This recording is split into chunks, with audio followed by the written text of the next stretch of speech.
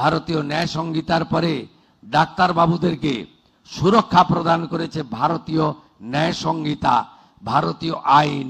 ভয় কেটে গেছে, ভরসা এসে গেছে। আজকে আমাদের এই রকম একটি দপ্তরকে সত্যিকারে ঠিক জায়গায় পৌঁছে নিতে হবে। আপনি যান ভেলোরে, আপনি যান মুম্বাই টাটা ক্যান্সার হসপিটালে, আপনি বেঙ্গালুরুতে দেবী শেঠির হসপিটাল, আপনি পিজিআই চণ্ডীগড়, আপনি যান ডাক্তার রেড্ডির হায়দ্রাবাদে, সর্বত্র শুধু বাঙালি বাঙালি বাঙালি, দরিদ্র দরিদ্র দরিদ্র। কেন এই রাজ্যে চিকিৎসা দেওয়া যায় না? সুবীর বাবু, গীতা দিদির মতো লোকেরা, ডাক্তার সুকুমার বাবুর মতো লোকেরা, যারা ডক্টর বিধানচন্দ্র রায়ের পরবর্তী সময়ে এ রাজ্যের চিকিৎসা ব্যবস্থাকে এগিয়ে নিয়ে যাচ্ছে, এত হস্তক্ষেপ, এত দমন পীড়ন, এত আমরা ওরা, এত অবহেলিত চিকিৎসা ব্যবস্থা, এটা কি কাম্য ছিল? কারণ এই পশ্চিমবঙ্গ আমি মনে করি মেধাতে শুধু ভারতবর্ষ নয়, পৃথিবীর যে কোনো আধুনিক রাষ্ট্রকে টেক্কা দিতে পারে। আজকে যখন ইউরোপের বড় বড় হসপিটালে আপনি যাবেন, সেখানে বাঙালি ডাক্তারদের দেখতে পাবেন। আমি অনেকদিন এমপি ছিলাম, দিল্লি যাতায়াত করতাম, প্রচুর এনআরআই বিদেশে থাকা সিনিয়র ডাক্তাররা, তারা সব যাতায়াত করতেন বছরে দুর্গাপুজোর সময় বা যখন ওখানে প্রচন্ড বরফ পড়ে, উইন্টার ইত্যাদি হয়, ওরা আসেন এখানে। অনেকের সঙ্গে দেখা হতো, পরিচয় করতাম।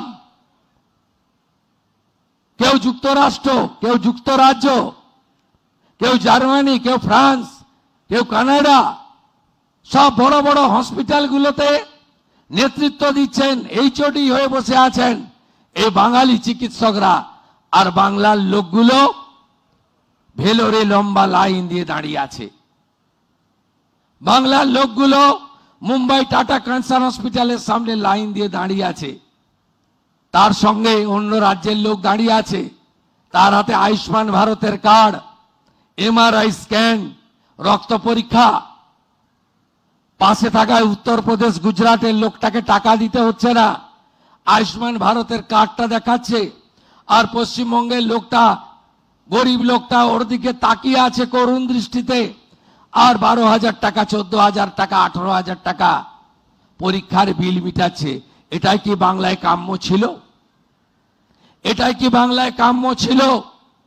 হসপিটালগুলোতে বিহাল অবস্থা, রোগী শুয়ে আছে, তার সঙ্গে কত প্রাণীও শুয়ে আছে যাদের সেখানে থাকার কথা ছিল না। কি অবস্থা করে রেখেছেন হসপিটালগুলো, কি অবস্থা করে রেখেছেন স্বাস্থ্য ভবনে, কি অবস্থা করে রেখেছেন মেডিকেল কলেজে। কেন যোগ্যতমের উদ্বর্তন হবে না? আসুন সবাই মিলে শপথ নিয়ে, প্রথমে যদি বিহাল অবস্থার হাল ফেরাতে হয়, চিকিৎসা ক্ষেত্রে করতে হবে।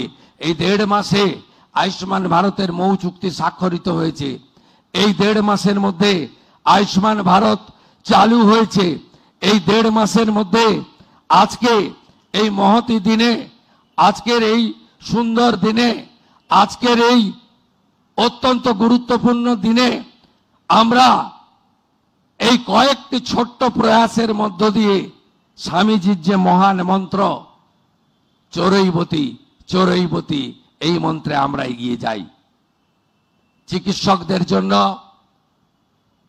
তাদের নিরাপত্তার জন্য ভারতীয় ন্যায় সংহিতা তৈরি হয়েছে। মাননীয় প্রধানমন্ত্রী নরেন্দ্র মোদীজির নির্দেশে কেন্দ্রীয় স্বরাষ্ট্রমন্ত্রী অমিত শাহজি 2023 সালে ভারতীয় ন্যায় সংহিতা এনেছেন। সেখানে দেখবেন ডাক্তার বাবুরা চিকিৎসার ক্ষেত্রে তারা কখনোই চান না কোনো রোগী মারা যাক বা তার ক্ষতি হোক।